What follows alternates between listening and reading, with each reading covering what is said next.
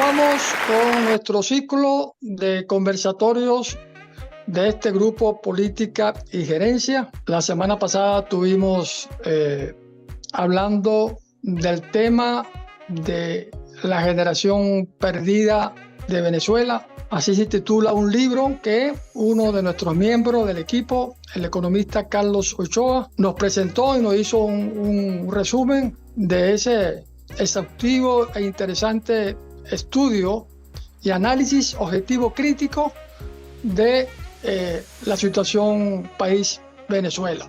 Allí está bien documentado con estadísticas, con cifras, con indicadores, con resultados, para que los venezolanos podamos entender la magnitud de la catástrofe país que se ha construido en estos últimos 25 años.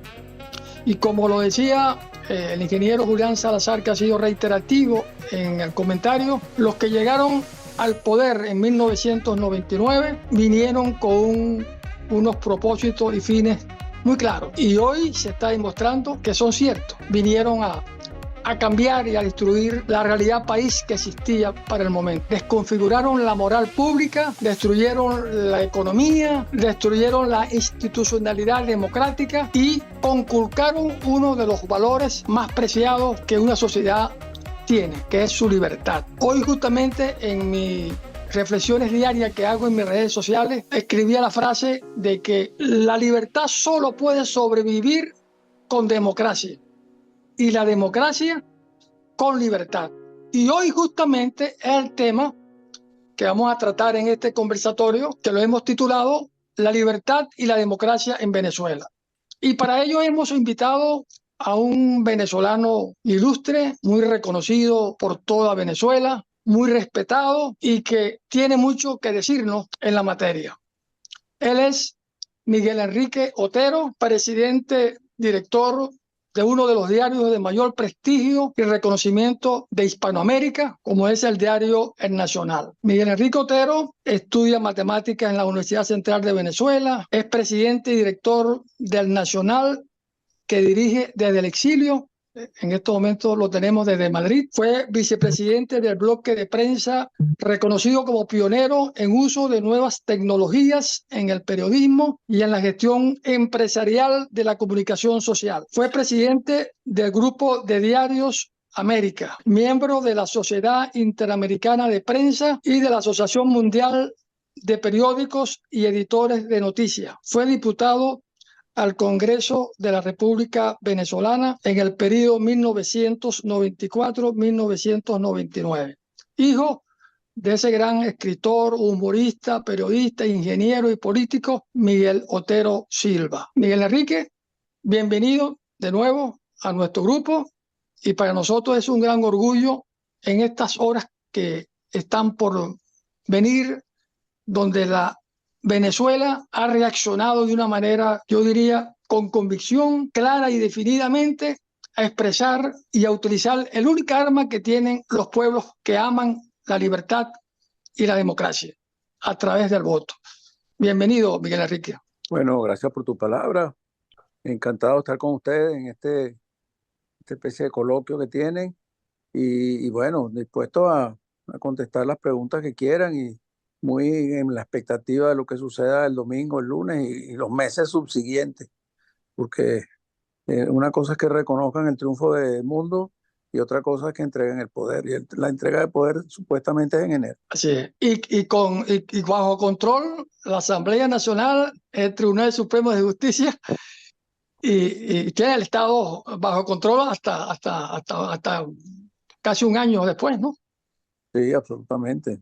Es algo bien preocupante. Bueno, Miguel, nos gustaría que nos dieras tu impresión de la importancia que representa la libertad y la democracia, asociándonos con una realidad que ustedes, y tú en especial, estás pagando consecuencias muy claras de cómo un régimen que se instaló en el 99, lo primero que hizo fue cerrar a un medio de comunicación social como Radio Caracas Televisión, y no solo lo cerró y lo clausuró, sino que se apropió de los equipos.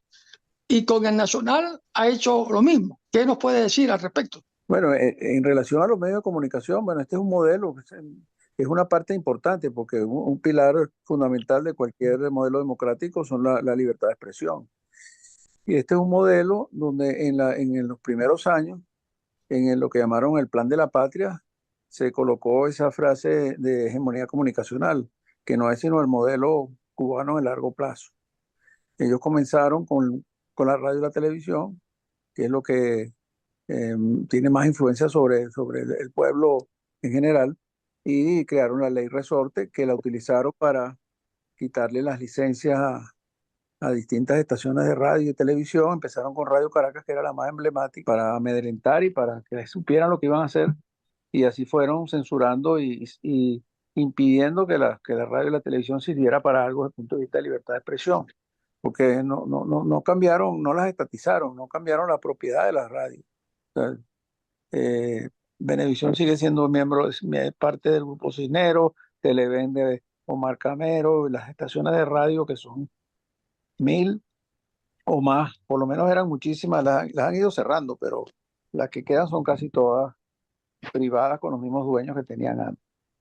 Luego, con el periodismo impreso, ellos pusieron unos obstáculos tan grandes a la importación de papel, a la compra de papel prensa, que eliminaron prácticamente el periodismo impreso independiente y al final, pues todos los medios independientes migraron a Internet y en Internet, en principio pueden publicar lo que les dé la gana, pero los bloquean. Entonces, el paso siguiente fue el bloqueo a los portales noticiosos. Hoy en día están 70, 80 portales noticiosos bloqueados en Venezuela. De esa manera, pues la libertad de expresión quedó totalmente anulada en Venezuela. No hay radio ni televisión libre, no hay prensa escrita libre y los medios de comunicación que migraron a Internet están bloqueados por el resto. Bueno, todo esto está acompañado de todo tipo de, de- de medidas represivas contra periodistas, periodistas asesinados, periodistas presos, periodistas que se han ido del país, perseguidos, en fin, nos quitaron las instalaciones a nosotros, las estaciones de radio que han cerrado, que son una barbaridad.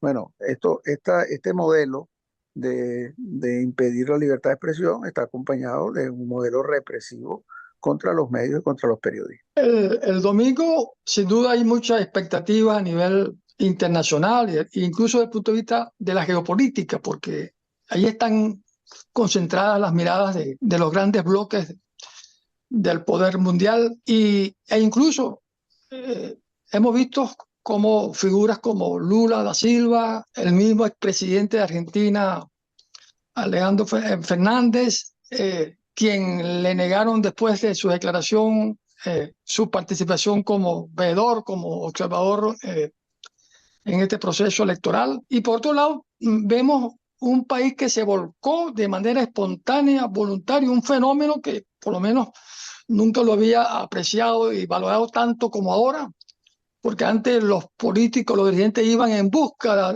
del pueblo y es el pueblo que ahora se ha levantado de manera espontánea y lo que más me llama la atención, Miguel Enrique, que notan cuando se les presentan los candidatos, María Corina, que es la que está haciendo el gran esfuerzo ahí paralelo, y Edmundo González Urrutia, que es el candidato a la presidencia, lo que pide el pueblo es libertad y la reunificación de su familia, que es el gran efecto que puede demostrar el desastre de país que han creado estos señores desde el poder. Y no están pidiendo comida, no están pidiendo que están sufriendo los rigores de una pobreza crítica, de una pobreza de más del 90%, que pone en evidencia también el desastre del país.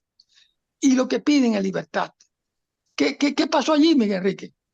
¿Cuál fue esa reacción que tú crees que ha podido de manera espontánea producirse justamente en estos momentos tan decisivos país? Bueno, no. Lo primero es que, en efecto, la situación era distinta antes. Las grandes protestas eran protestas de clase media. Eso que nosotros vimos el 11 de abril era básicamente los sectores medios. Esta gente hizo que los sectores medios se fueran del país. O sea, los 8 millones de venezolanos que viven fuera, en gran parte, son gente de clase media. Ellos, los profesionales, los maestros, todos los gerentes, todo eso se fue del país.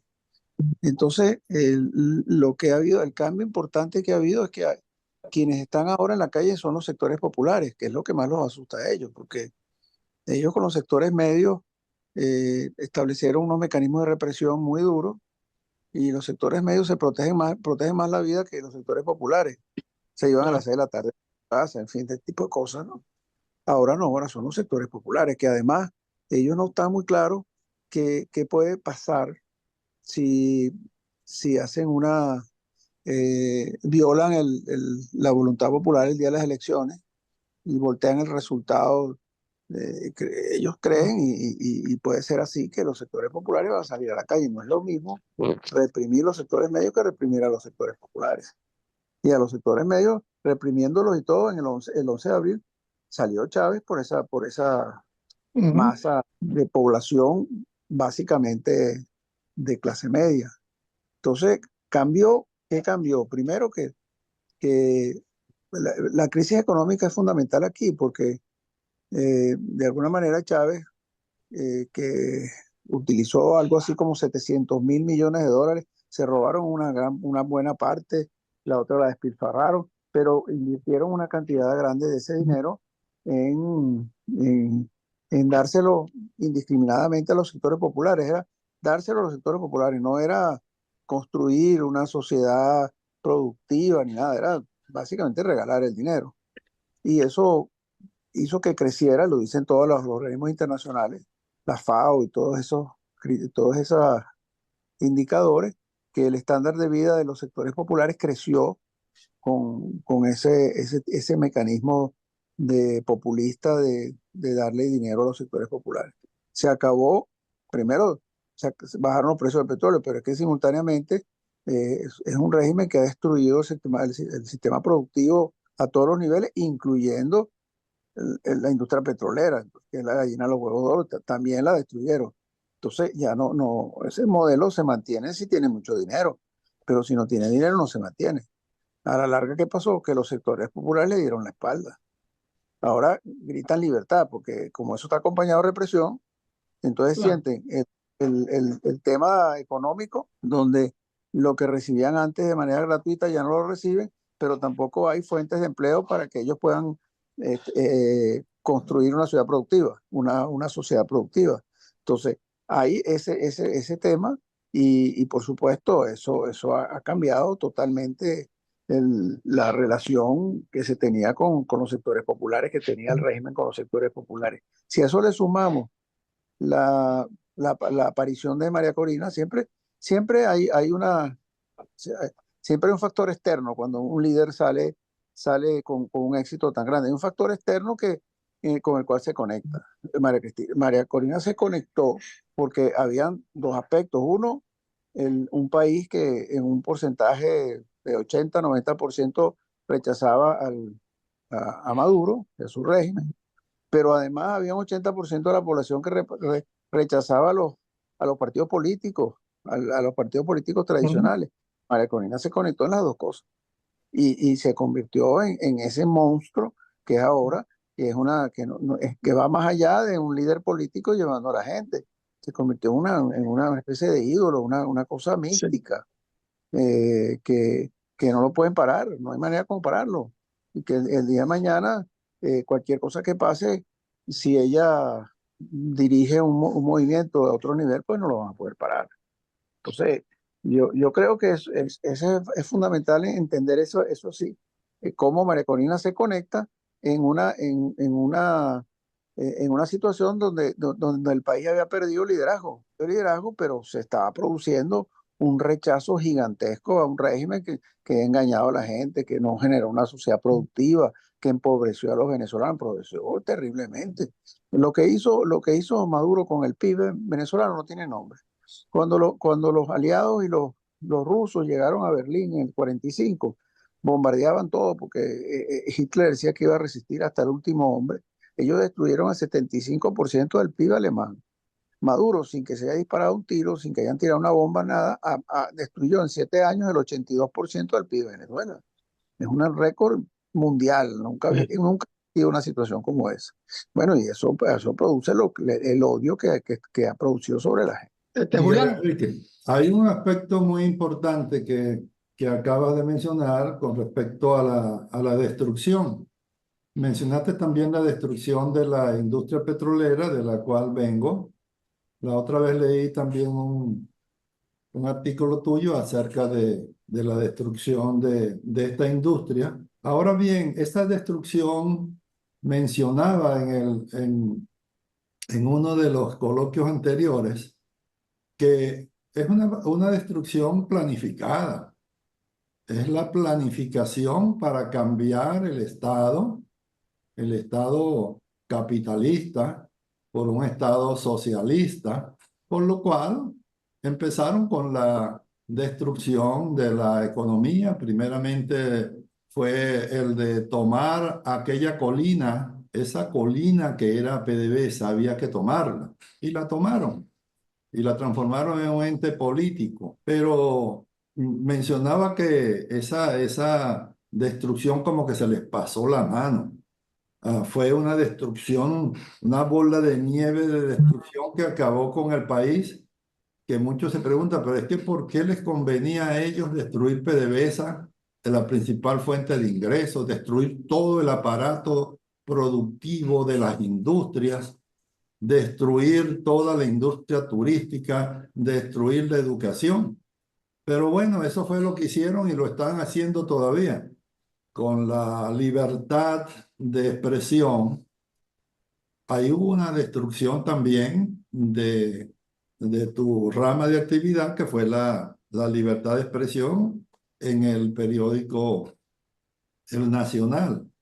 El Nacional fue destruido desde el punto de vista de bloquearle toda su importación de materia prima, hasta también reprimir sus actividades, hasta que ya definitivamente se apropiaron o como dice María Corina, expropiaron o robaron sus instalaciones. Lo que quiero es llegar a un punto en el cual todos los venezolanos que estamos en el exilio tenemos un anhelo, que es volver. Y por eso la campaña también y el mensaje de María Corina ha penetrado muy profundamente en el corazón de los venezolanos, es reunificar la familia, volver los que están en el exilio. Ya no habrá familias separadas, y la mayoría abrirle las puertas a los que queramos ir a contribuir con el desarrollo del país. En el caso del Nacional, ¿cuáles serían los planes del Nacional? Primero, recuperarían sus instalaciones, algo que fue expropiado o robado. En cuanto al periódico como tal, está dentro de tus planes volver a la calle con el periódico tradicional como lo conocimos hasta las últimas veces, en forma física, en papel, más la forma digital que actualmente está activa. ¿Cuáles son esos planes y esa contribución que daría el Nacional para la consolidación de la democracia después de este 28 de julio hasta de que se tome ya el poder como tal a principios del próximo año? Hoy en día los periódicos son distintos a lo que eran antes, por el tema del Internet. Entonces, ¿en qué sentido son distintos? Antes, bueno, cuando empezó Internet, el periódico se hacía, que era la parte dura, donde trabajaba todo el mundo, y había alguien que tomaba noticias y hacía una página web. Hoy en día la cosa es al revés. La migración a Internet es algo que ha afectado a los periódicos del mundo entero. O sea, el País de Madrid se lee en Internet. O sea, ellos circulaban 400.000 ejemplares diarios, ahora circulan 40. Pero tienen una audiencia mayor por lo que Claro. tienen en Internet. Entonces, hoy en día, si tienes el contenido en Internet, puedes hacer un impreso. El impreso es necesario. Yo no digo que no haya que hacer un impreso. Nosotros podemos hacer un impreso rápidamente porque tenemos el contenido. El contenido está en la web. O sea, nosotros hemos desarrollado una página web que quizás no tenemos los recursos periodísticos que teníamos antes por un problema, digamos, económico, pero rápidamente podemos fortalecer el contenido de la página web y hacer un impreso. No necesito la rotativa, porque nunca vamos a hacer Claro. 80.000 ejemplares y 100 páginas. Por la Venezuela que han destruido, que lo que queda es un 20% de la Venezuela que nosotros conocíamos. Construir un periódico con ese volumen va a pasar mucho tiempo. Entonces, o sea, yo puedo hacer un outsourcing de impresión que habrán, en estos momentos hay 50 imprentas que me pueden alquilar espacio. No lo hacen porque no lo permite el gobierno, lo cierran. Pero en un momento en que cambie el régimen, habrá exceso de capacidad de impresión para imprimir un periódico. No necesito hacerlo en el edificio que me confiscaron. Y tengo el contenido. Entonces, es relativamente fácil regresar a un periódico impreso, no el tamaño del anterior, mucha menos paginación y quizás menos circulación, pero tenemos la marca, no hemos perdido la marca, hemos desarrollado la marca a nivel, el Nacional es la referencia periodística de Venezuela en el exterior por la página web, porque en Venezuela nos bloquean, aunque mucha gente logra zafarse del bloqueo. Entonces, no tenga la menor duda, en el momento que eso cambie, en muy poco tiempo yo puedo sacar un impreso y lo haré. Un impreso que será nacional. Además, hacemos la primera página, que no sé si alguno de ustedes la recibe, que la hacemos Mm. en PDF, en PDF. Bueno, ya tenemos la primera página, tenemos el contenido.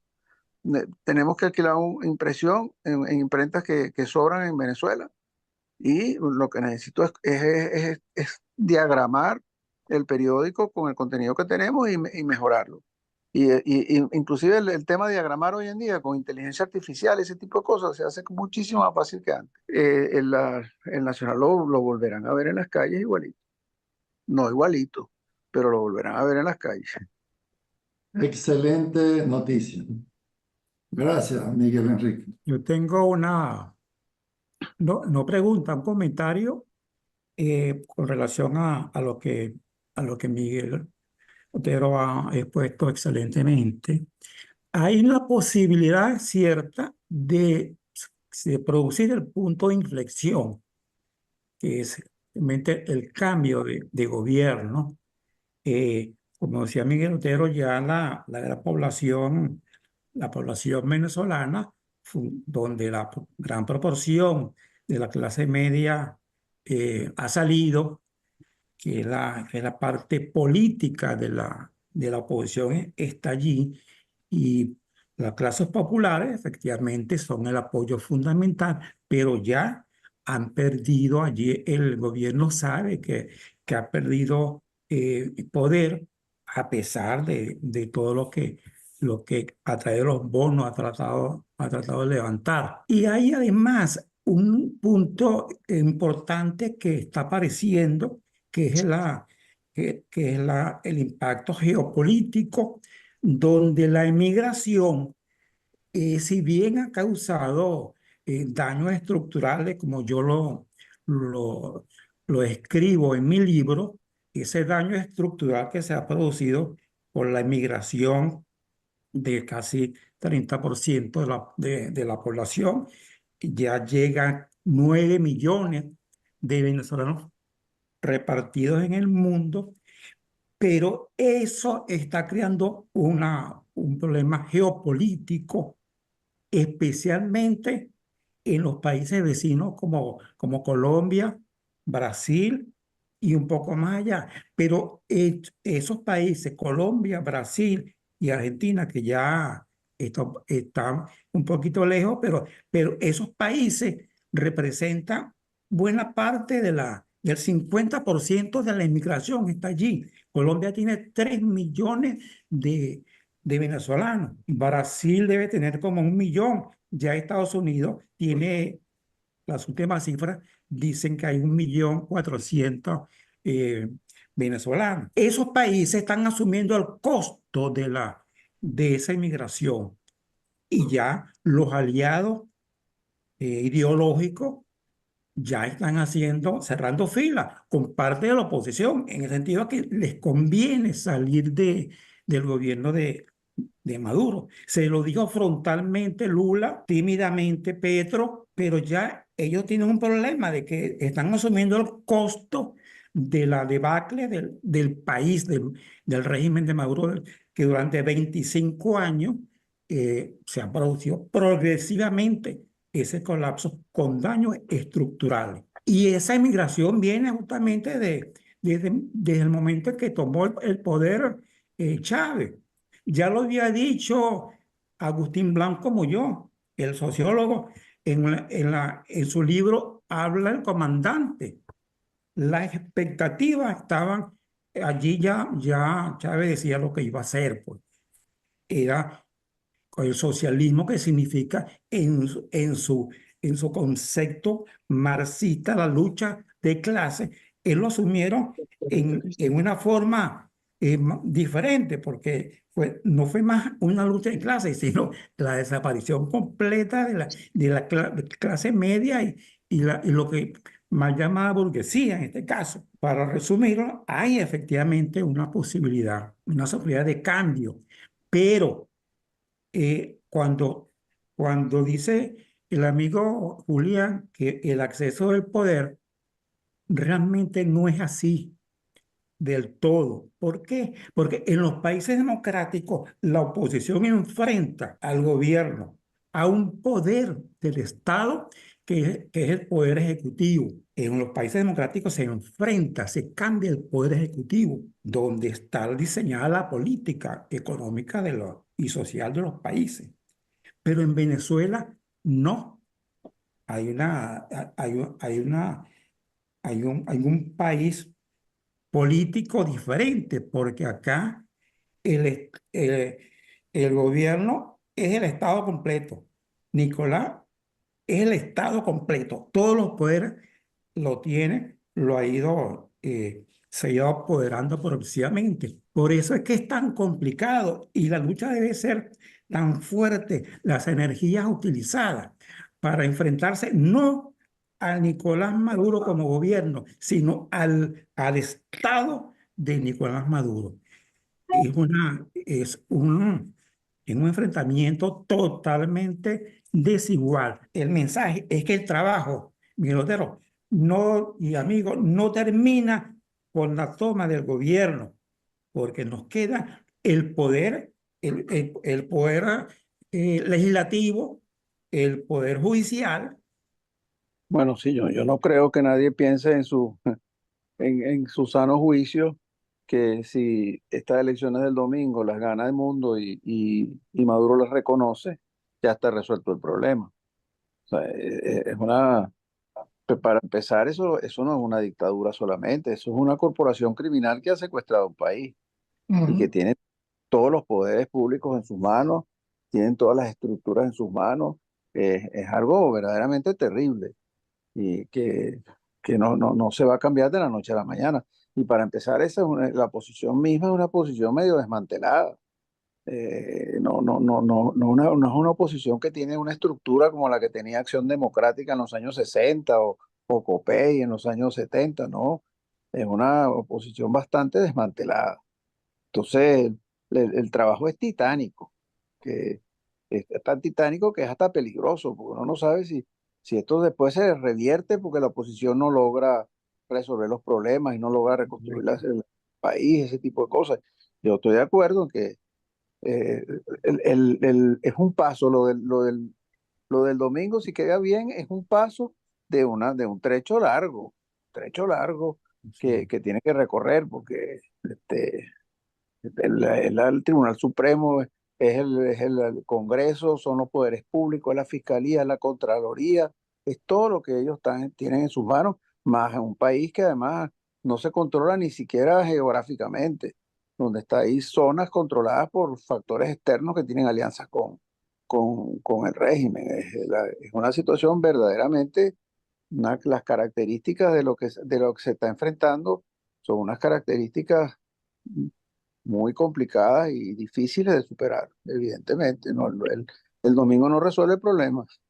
Empezamos a resolver el problema, pero Sí, es una pequeña parte la que resolvemos el domingo.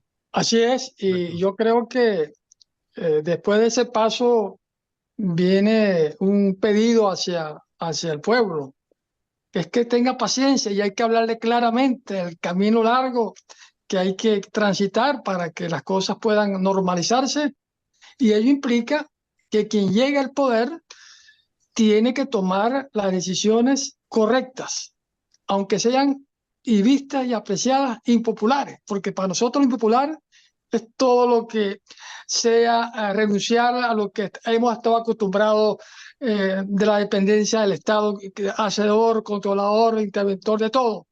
Entonces, yo creo que si hay algo, no sé qué opinas tú, Miguel Enrique, que pasando por todo este proceso que hay que pasar, porque así son los procesos. En el mundo la historia está llena de ejemplos. Es la toma de conciencia de que es el gran momento y la gran oportunidad para reestructurar el Estado.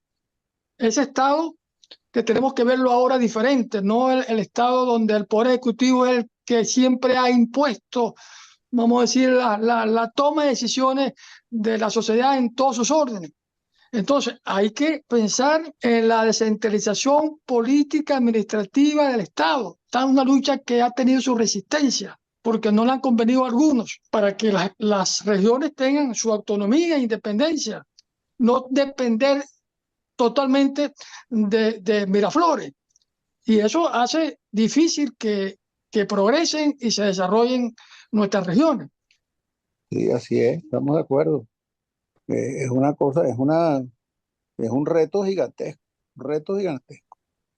Y sabemos además que, que eso no puede mantenerse solo con el liderazgo de María Corina, porque todo está montado ahí y los factores que tienen que reconstruir el país tienen que tener una verdadera, remar todos en la misma dirección. En estos Claro. momentos todos reman en la misma dirección, todos quieren ganar una elección. Eso sí se unen los venezolanos, para ganar una elección se unen, pero después hay que seguir unidos para otras cosas. Y eso es más complicado y sabemos cómo empiezan los intereses y algunas cosas que, bueno, no es bueno recordarlas, pero que están ahí presentes.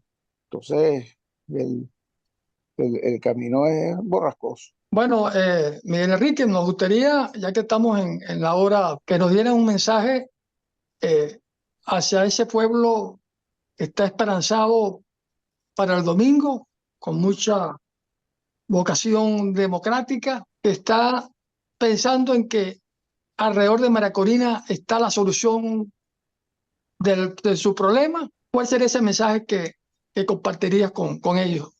Bueno, el mensaje es que la mayoría aplastante de los venezolanos está consciente de que hay que salir de esta dictadura, de este régimen.